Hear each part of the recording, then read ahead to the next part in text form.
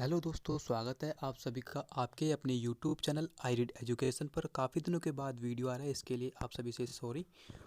Video regular डालने की बजाय हम अब सप्ताह में 1 या 2 वीडियो डालेंगे, जिसमें क्वेश्चनों को एक साथ ही डाला जाएगा। काफ़ी सारे क्वेश्चन होंगे, एक बार में कंप्लीट हो जाएगा।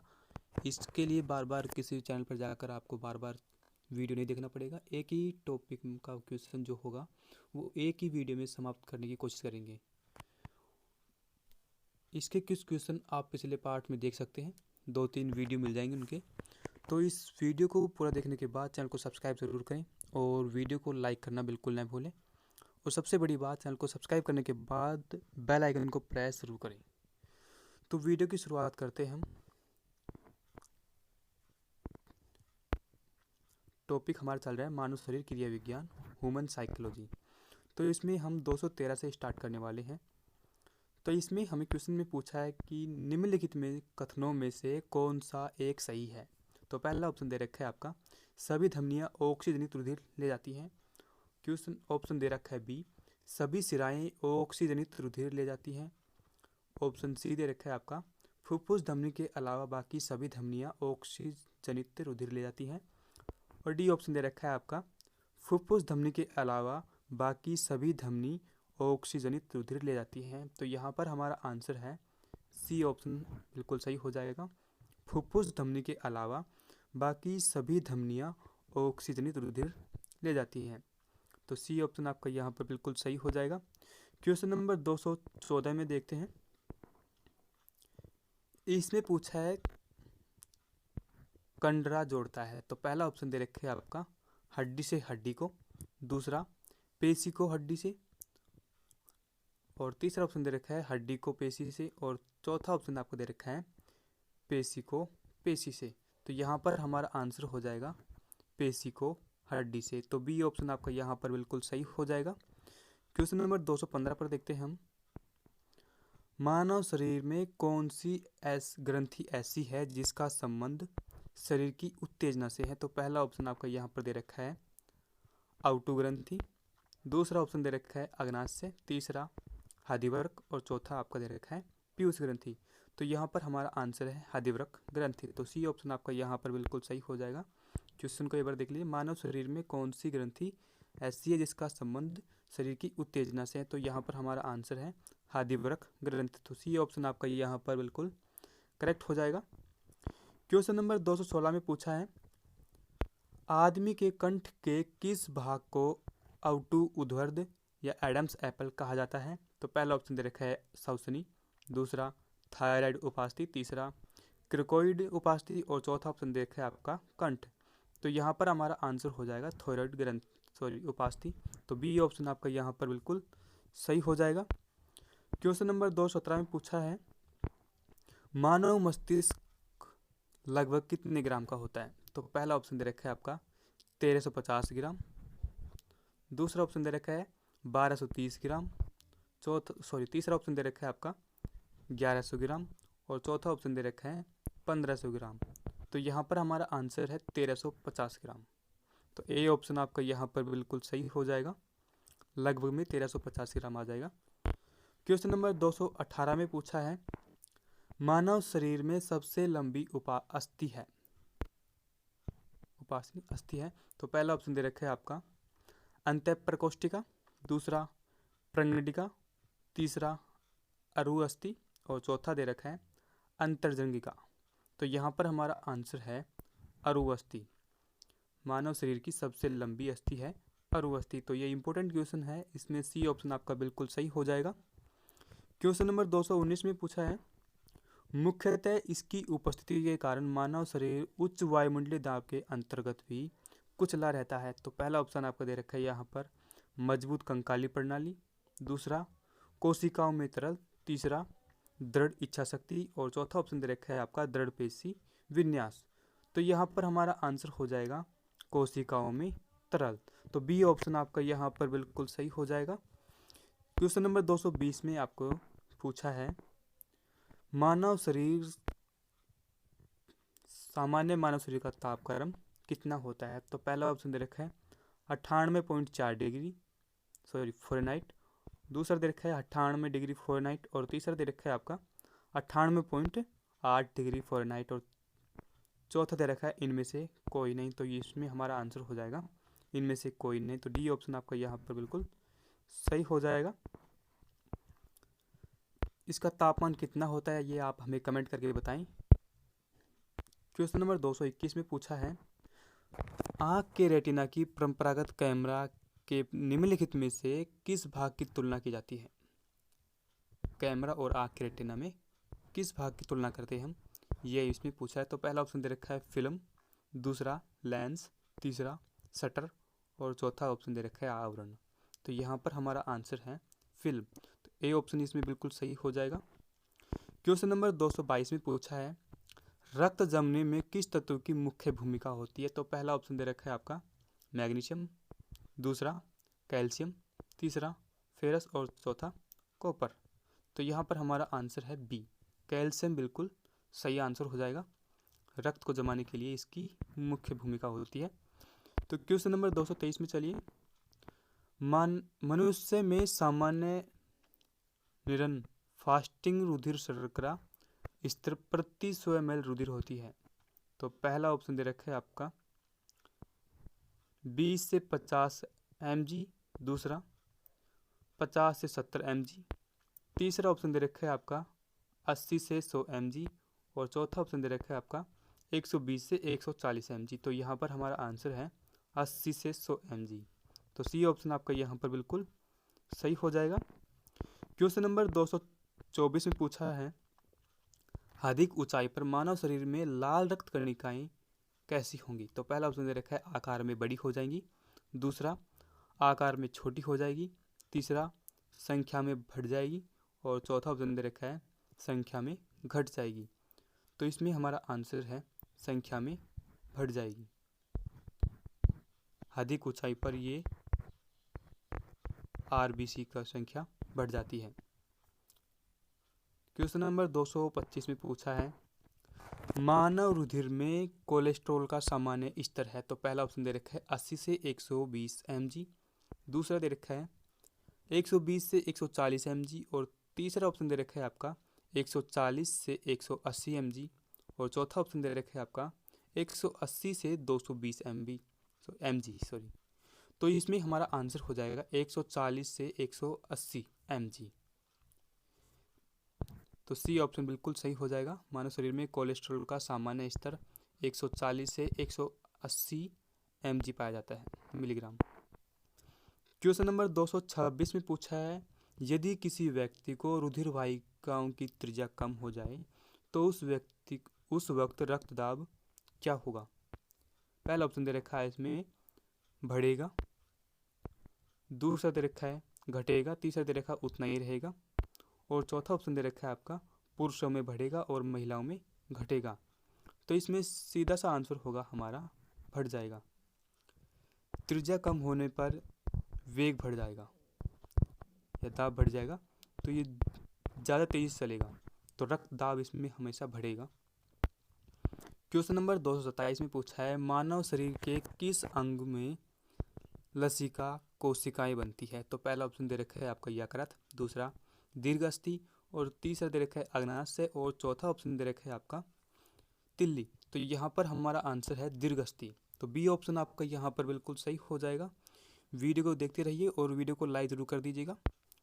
क्वेश्चन नंबर 228 में पूछा है, थाइमस ग्रंथि द्वारा निर्मित हार्मोन का क्या नाम है? तो पहला ऑप्शन दे रखा है आपका थायरोक्सिन, दूसरा ऑक्सिन्स, तीसरा साइटोकिनिन्स और चौथा ऑप्शन दे रखा है आपका थाइमोसिन। तो यहाँ पर हमारा आंसर हो जाएगा थाइमोसिन। तो डी ऑप्शन बिल्कुल सही हो जाएगा। क्वेश्चन नंबर 229 में पूछा है, मानव शरीर में पैरों की हड्डियाँ। तो पहला ऑप्शन दे रखा है इसमें ह्यूमरस एवं उर्ध्वस्थि, दूसरा फिबुला एवं टीबिया, तीसरा ऑप्शन इसमें दे रखा है फिबुला एवं उस्मा और चौथा ऑप्शन दे रखा है आपका टीबिया एवं भई कोष्टिकता। तो यहाँ पर हमारा आंसर हो जाएगा फिबुला एंड टिबुला। तो बी ऑप्शन आपका यहाँ पर बिल्कुल सही हो जाएगा। तो इन ऑप्शन में से हमें बी ऑप्शन बिल्कुल सही है, फिबुला और टिबुला मानव शरीर के पैरों में होती हैं। तो क्वेश्चन नंबर 230 पर चलते हैं। गर्भाशय के लिए वैकल्पिक शब्द क्या है? तो पहला ऑप्शन दे रखा है यूट्रस, दूसरा दे रखा है आपका यूरेटर, और तीसरा दे रखा है वजाइना, और चौथा दे रखा है वल्वा। तो यहाँ पर हमारा आंसर है यूट्रस। तो ए ऑप्शन आपका यहाँ पर बिल्कुल सही हो जाएगा। क्वेश्चन नंबर 231 में हम चलते हैं। तो यहाँ पूछा है हीमोग्लोबिन की अधिकतम बंधुता होती है। तो पहला ऑप्शन दे रखा है ऑक्सीजन के लिए, दूसरा दे रखा है कार्बन डाइऑक्साइड के लिए, और तीसरा दे रखा है कार्बन मोनोऑक्साइड के लिए, और चौथा दे रखा है नाइट्रोजन के लिए। तो यहाँ पर बिल्कुल सीधा सा सिंपल सा आंसर है, जो कि हमें 8वीं या 9वीं क्लास में मालूम हो जाता है। Carbon monoxide. कार्बन मोनोऑक्साइड अंगीठी से निकली होती है गैस। यदि बंद कमरे में किसी व्यक्ति को अंगीठी के साथ बंद कर दिया जाए तो उसकी मौत हो जाती है। तो ये कार्बन मोनोऑक्साइड के कारण ही होता है।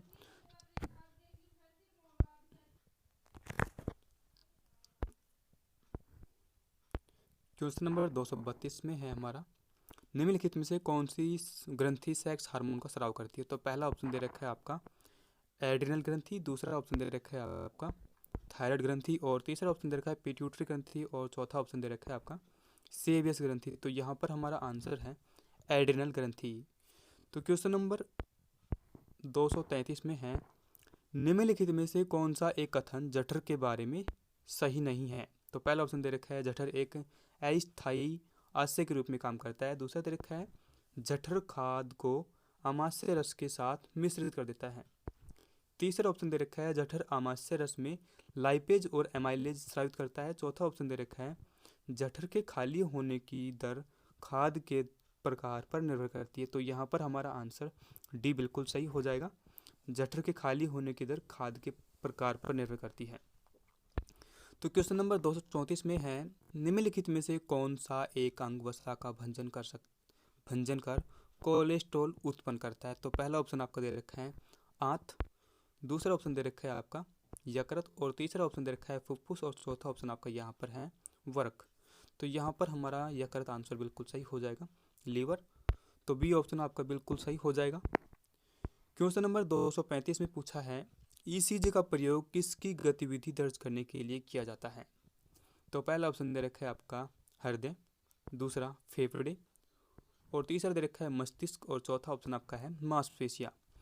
सॉरी, ये ईईजी है। ईसीजी का हमारा होता है वो हृदय के लिए होता है, और ईईजी का प्रयोग जो होता है वो मस्तिष्क में होता है। तो ये याद रखिए, ईईजी का प्रयोग हम मस्तिष्क की गतिविधि जानने के लिए करते हैं, और ईसीजी का हम हृदय के लिए करते हैं। क्वेश्चन नंबर 237 में है, पेप्सिन एंजाइम पाया जाता है। तो पहला ऑप्शन दे रखा है अग्नाशय रस में, दूसरा ऑप्शन दे रखा है आपका आमाशय रस में, और तीसरा आपका दे रखा है ग्रिस्ट्रिक जूस में, और चौथा ऑप्शन आपका है सेलिवरी जूस में। तो यहाँ पर हमारा आंसर है आमाशय रस में। तो बी ऑप्शन आपका यहाँ पर बिल्कुल सही हो जाएगा। क्वेश्चन नंबर 237 में है, मानव त्वचा का रंग बनता है। तो पहला ऑप्शन आपका दे रखा है हीमोग्लोबिन से, दूसरा इंसुलिन से, और तो तीसरा ऑप्शन आपका दे रखा है एड्रिनल ग्रंथि से, तो और चौथा ऑप्शन आपका है मेलानिन। तो यहाँ पर हमारा आंसर हो जाएगा मेलानिन। तो डी ऑप्शन आपका यहाँ पर बिल्कुल सही हो जाएगा। क्वेश्चन नंबर 238 में पूछा है, यदि माता पिता में से एक का रुधिर वर्ग ए बी है और दूसरे का ओ है, तो उस बच्चे का संभावित रुधिर वर्ग क्या होगा, या उस बच्चे का ब्लड ग्रुप क्या होगा? तो पहला ऑप्शन दे रखा है आपका ए या बी, दूसरा दे रखा है ए या बी या ओ, तीसरा ऑप्शन दे रखा है ए या ए बी या ओ, और चौथा ऑप्शन दे रखा है ए बी या ए बी या ओ। तो इसमें से हमारा आंसर होगा ए या बी ग्रुप से ही उसका ब्लड ग्रुप होगा। तो यहाँ पर ए ऑप्शन आपका बिल्कुल सही हो जाएगा। क्वेश्चन नंबर 239 में है, निम्नलिखित में से किस एक जीव में पसलियों की संख्या सबसे अधिक होती है? सबसे अधिक 24 होती है, इसमें पूछा है। ऑप्शन देखिए, तो पहला ऑप्शन दे रखा है मगर, दूसरा दे रखा है सांप, और तीसरा मत्स्य, और चौथा ऑप्शन दे रखा है आपका मानव। तो मानव शरीर में सबसे अधिक पसलियाँ होती है जो इन ऑप्शन में से है, जिसकी संख्या 24 होगी। तो डी ऑप्शन आपका यहाँ पर बिल्कुल सही हो जाएगा। क्वेश्चन नंबर 240 में पूछा है, पाइयों में संवेद ग्रंथि मूलतः संबंधित है। तो पहला ऑप्शन दे रखा है अतिरिक्त लवणों को निकालने से, दूसरा ऑप्शन दे रखा है नाइट्रोजनी अपशिष्टों के उत्सर्जन से, और तीसरा ऑप्शन आपका है नाइट्रोजनी अपशिष्टों के उत्सर्जन से, और सॉरी दूसरा ऑप्शन हमने पहले दे दिया इसमें, पहला ऑप्शन ये हो गया अतिरिक्त लवणों को निकालने से, और दूसरा ऑप्शन आपका ये हो गया नाइट्रोजनी अपशिष्टों के उत्सर्जन से, और तीसरा ऑप्शन आपका दे रखा है ताप नियमन से, और चौथा ऑप्शन दे रखा है सेक्स आकर्षण से, सेक्स आकर्षण है आकर्षण, और इसमें से हमारा आंसर हो जाएगा यौन आकर्षण से। तो सी ऑप्शन आपका बिल्कुल सही हो जाएगा। क्वेश्चन नंबर 241 में पूछा है मानव हृदय में कक्षा की संख्या है, तो पहला ऑप्शन दे रखा है 4, दूसरा दे रखा है 2, और तीसरा दे रखा है 3, और चौथा दे रखा है 5। तो ये बिल्कुल सिंपल सा आंसर इसमें हमारा 4 होगा। मानव शरीर के हृदय में 4 कक्ष होते हैं इस प्रकार से, तो ए ऑप्शन बिल्कुल सही हो जाएगा। क्वेश्चन नंबर 242 में है महिलाओं में गर्भाशय की संख्या पूछी इसमें, तो पहला ऑप्शन दे रखा है 1, दूसरा 2, तीसरे में 3, और चौथे में 4। तो ये सिंपल सा आंसर है, सभी को मालूम होगा एक ही होगा, तो ए ऑप्शन आपका बिल्कुल सही हो जाएगा। क्वेश्चन नंबर 243 में पूछा है इनमें से रक्तदाब का मापक यंत्र कौन सा है, बीपी नापने का यंत्र कौन सा होता है। इसमें हमारा आंसर ऑप्शन दे रखा है पहला स्फेरोमीटर, बी एनीमोमीटर, तीसरा दे रखा है स्फिग्मोमैनोमीटर, और चौथा दे रखा है आपको इसमें एमीटर। तो यहाँ पर हमारा सिंपल सा आंसर होगा स्फिग्मोमैनोमीटर। तो सी ऑप्शन आपका बिल्कुल सही हो जाएगा। बीपी नापने के लिए इसका उपयोग करते हैं, इसे स्फिग्मोमैनोमीटर भी कहा जाता है। तो 244 में अब मना करते हैं, तो इसमें पूछा है निम्नलिखित में से कौन सा वर्कों में रुधिर से निकाला जाने वाला अपशिष्ट पदार्थ नहीं है। तो पहला ऑप्शन दे रखा है अमोनिया, दूसरा कार्बन डाइऑक्साइड, तीसरा यूरिया, और चौथा ऑप्शन दे रखा है यूरिक अम्ल।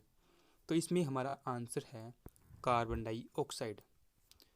तो बी ऑप्शन आपका यहाँ पर बिल्कुल सही हो जाएगा। क्वेश्चन नंबर 245 में है आयोडीन युक्त हार्मोन है, तो पहला दे रखा है आपका थायरोक्सिन, दूसरा इंसुलिन, तीसरा एड्रिनलिन, और चौथा दे रखा है टेस्टोस्टेरोन।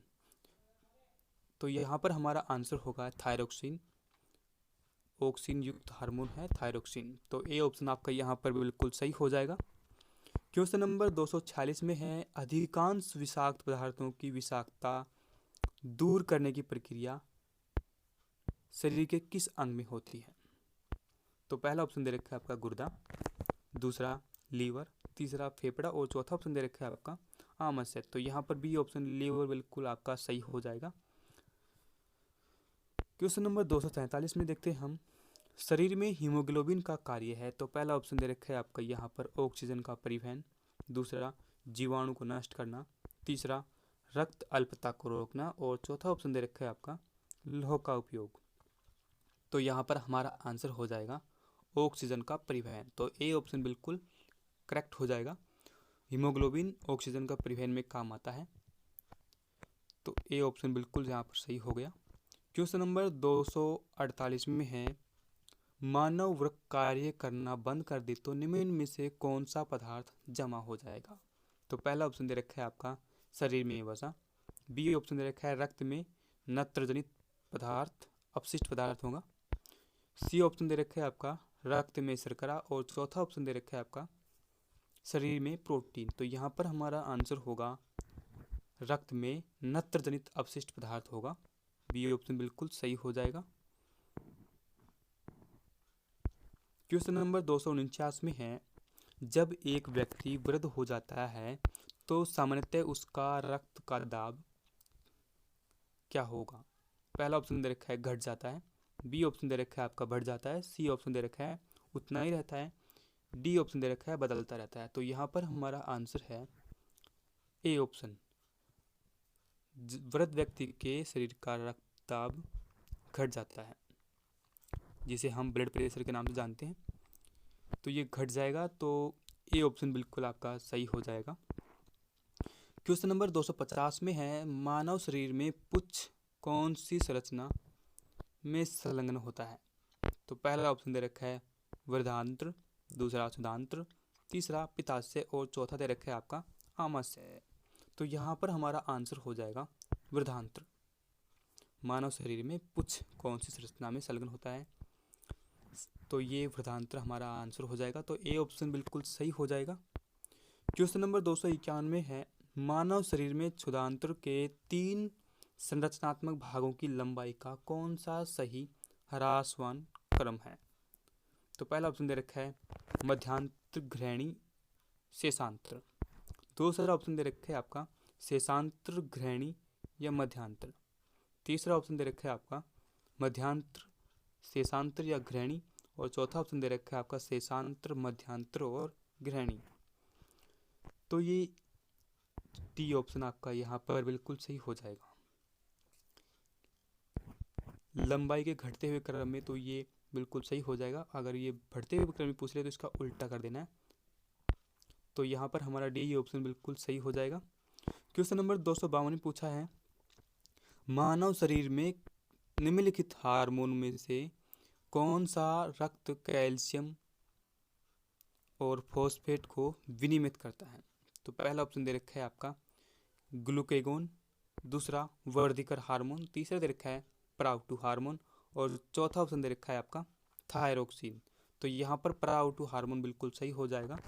तो सी ऑप्शन आपका यहाँ पर बिल्कुल सही है।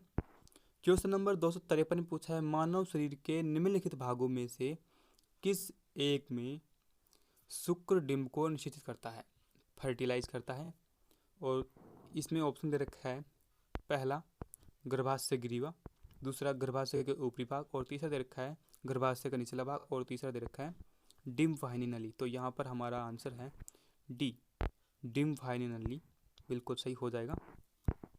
क्वेश्चन नंबर 254 में पूछा है, मानव मस्तिष्क के निम्नलिखित भागों में से कौन सा निगरण और उल्टी का नियमन केंद्र है? तो पहला दे रखा है अनुमस्तिष्क, दूसरा दे रखा है परमस्तिष्क, और तीसरा दे रखा है आपका मेडुला ओब्लांगेटा, तीसरा और चौथा आपका दे रखा है पोन्स। तो यहाँ पर हमारा आंसर है मेडुला ओब्लांगेटा, जो निगरण और उल्टी का नियमन केंद्र माना जाता है। तो सी ऑप्शन आपका यहाँ पर बिल्कुल करेक्ट हो जाएगा। क्वेश्चन नंबर 255 में पूछा है, निम्नलिखित में से किस एक की उत्पत्ति यकृत का कार्य है? तो पहला ऑप्शन दे रखा है आपका लाइपेज, दूसरा यूरिया, और तीसरा दे रखा है श्लेष्मा, और चौथा ऑप्शन आपका यहाँ पर है हाइड्रोक्लोरिक अम्ल, HCl जिसे कहा जाता है। तो यहाँ पर हमारा आंसर हो जाएगा यूरिया, यकृत का कार्य है। तो बी ऑप्शन बिल्कुल सही हो गया। क्वेश्चन नंबर 256 में चलते हैं। हाँ, इसमें पूछा है, मानव तंत्र में निम्नलिखित में से कौन सा एक पाचक एंजाइम नहीं है? तो पहला ऑप्शन दे रखा है ट्रिप्सिन, दूसरा गेस्ट्रिन, और तीसरा ऑप्शन दे रखा है टाइलिन, और चौथा ऑप्शन दे रखा है आपका पेप्सिन। तो यहाँ पर हमारा आंसर है गैस्ट्रिन, ये मानव शरीर में पाचक एंजाइम नहीं है। तो बी ऑप्शन आपका यहाँ पर बिल्कुल सही हो जाएगा। क्वेश्चन नंबर 257 है, निम्नलिखित में से कौन सा शारीरिक अंग श्वसन क्रिया में भाग नहीं लेता है? तो पहला ऑप्शन दे रखा है श्वसनी, दूसरा बोमन संपुट, तीसरा डायफ्राम, और चौथा आपका दे रखा है श्वास नली। तो ये तीनों हमारे इसमें से 3 ऑप्शन सही है और एक गलत हो जाएगा। श्वसन नली सही हो जाएगा, डायफ्राम भी सही हो जाएगा, और श्वास नली भी। बोमन संपुट हमारे उत्सर्जन तंत्र का भाग है। तो बी ऑप्शन आपका यहाँ पर बिल्कुल गलत हो जाएगा। तो बी ऑप्शन को आंसर ग्रुप में क्लिक कर लेना है। बोमन संपुट मानव शरीर की श्वसन क्रिया में भाग नहीं लेता है। क्वेश्चन नंबर 258 में पूछा है, श्वसन का नियंत्रक मस्तिष्क के किस भाग से किया जाता है? तो पहला ऑप्शन आपका दे रखा है अर्धचेतक, दूसरा अनुमस्तिष्क, और तीसरा ऑप्शन दे रखा है मेडुला ओब्लांगेटा, और चौथा ऑप्शन आपका दे रखा है घ्राण नली। तो यहाँ पर हमारा आंसर है मेडुला ओब्लांगेटा। तो सी ऑप्शन आपका यहाँ पर बिल्कुल सही हो जाएगा। श्वसन का नियंत्रण मस्तिष्क के मेडुला ओब्लांगेटा में होता है, संचालित करने का काम है ये। क्वेश्चन नंबर 259 में है, हमारे शरीर में मस्तिष्क का कौन सा भाग संवेगात्मक क्रियाओं को नियंत्रित करता है? तो पहला ऑप्शन दे रखा है हाइपोथैलेमस, दूसरा तानिका, तीसरा दे रखा है थैलेमस और चौथा आपको दे रखा है परमस्तिष्क। तो यहाँ पर हमारा आंसर है हाइपोथैलेमस। तो ए ऑप्शन बिल्कुल सही हो जाएगा। क्वेश्चन नंबर 260 में है, आप हमसे इंस्टाग्राम, फेसबुक या ट्विटर पर जुड़ सकते हैं। हरी जानकारी आपको इसके डिस्क्रिप्शन में मिल जाएगी, तो एक बार ज़रूर विजिट करना। पसंद आए तो ट्विटर को फॉलो करें और फेसबुक लाइक करें और इंस्टाग्राम को ज़रूर फॉलो करें, क्योंकि वीडियो की अपडेट आपको सबसे पहले यहीं पर मिलेगी, इंस्टाग्राम पर भी, और स्नैक वीडियो पर भी आप देख सकते हैं। तो क्वेश्चन नंबर 260 में हम चल रहे हैं। तो इसमें पूछा है मस्तिष्क जिम्मेदार है।